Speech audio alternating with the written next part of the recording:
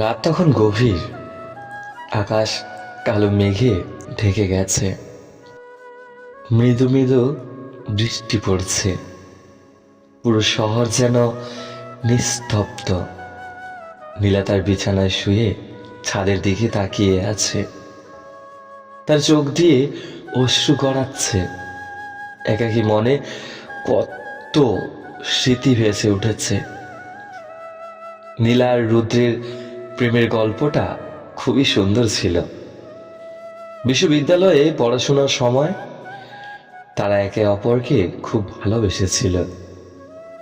জীবনের প্রতিটা মুহূর্ত তারা একসাথে কাটিয়েছে, একে অপরের সুখ দুঃখের সাথী হয়েছে। কিন্তু সময়ের পরিবর্তনে, ভাগ্যের নির্মম পরিহাসে তারা আলাদা হয়ে যায়। রুদ্রের পরিবার তাকে বিদেশে পাঠিয়ে দেয় উচ্চ শিক্ষার জন্য, আর নীলা পড়ে থাকে কলকাতাতে। যোগাযোগ কমে যেতে থাকে। শেষ পর্যন্ত একদিন সম্পূর্ণ বিচ্ছিন্ন হয়ে যায়। নীলা অনেক চেষ্টা করেছে রুদ্রকে খুঁজে পেতে, কিন্তু কোথাও কোনো খোঁজ পায়নি। তার জীবনের প্রতিটা রাত, প্রতিটা দিন রুদ্রের স্মৃতিতে ভরপুর। আজও সেই অশ্রু ভেজা রাত, যেখানে বৃষ্টির প্রতিটা ফোঁটা তার হৃদয়ের প্রতিটা ব্যথা মুছে দেওয়ার চেষ্টা করছে।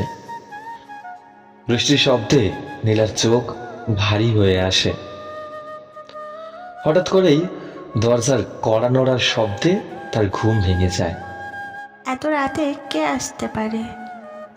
নীলা অবাক হয়ে দরজা খুলে দেয়। দরজা খুলতেই দেখলাম এক অচেনা যুবক দাঁড়িয়ে আছে।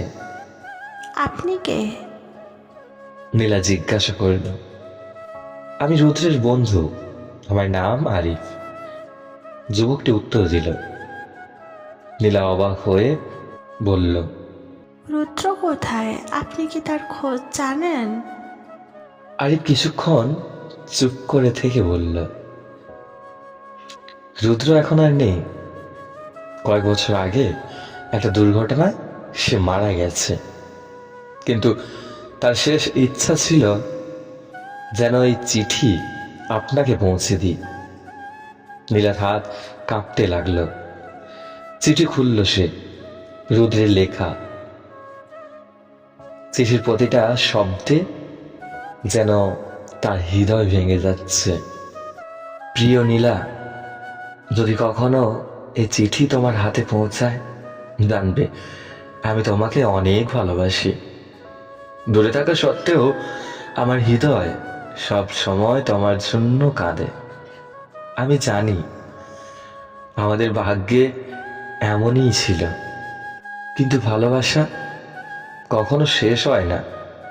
তোমার প্রতিটা মুহূর্ত আমি আমার হৃদয়ে ধারণ করেছি। আশা করি তুমি সুখে থাকবে। বিদায় প্রিয়তমা, তোমার রুদ্র। নীলার চোখ থেকে অশ্রু ঝরতে লাগলো। বৃষ্টি আর অশ্রু মিলে যেন একটা নতুন স্রোত তৈরি করল। রুদ্র আর নেই, কিন্তু তার ভালোবাসা সব সময় নীলার হৃদয়ে জীবিত থাকবে।